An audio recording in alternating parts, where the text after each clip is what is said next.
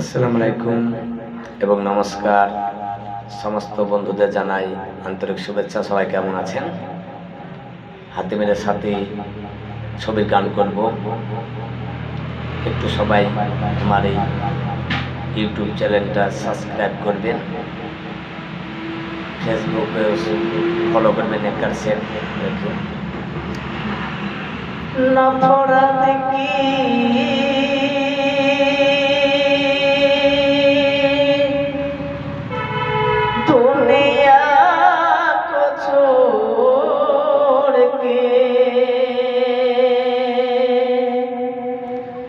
खुशी रहना मेरे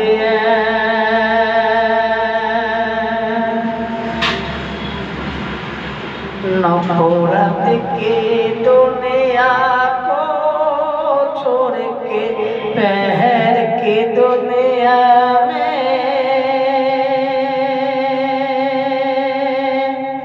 खुशी रहना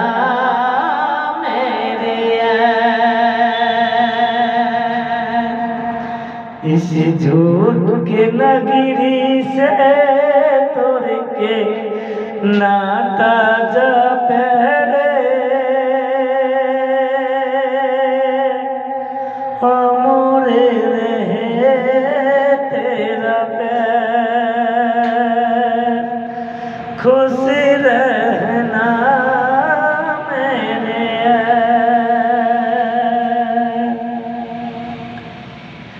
जब जानवर कोई इंसान को मारे, जब जानवर कोई इंसान को मारे, कहते हैं दुनिया में बेहुसी से सारे एक जानवर की जान आज इंसानों में ले है। चुप क्यों है संग साथ खुशी रहना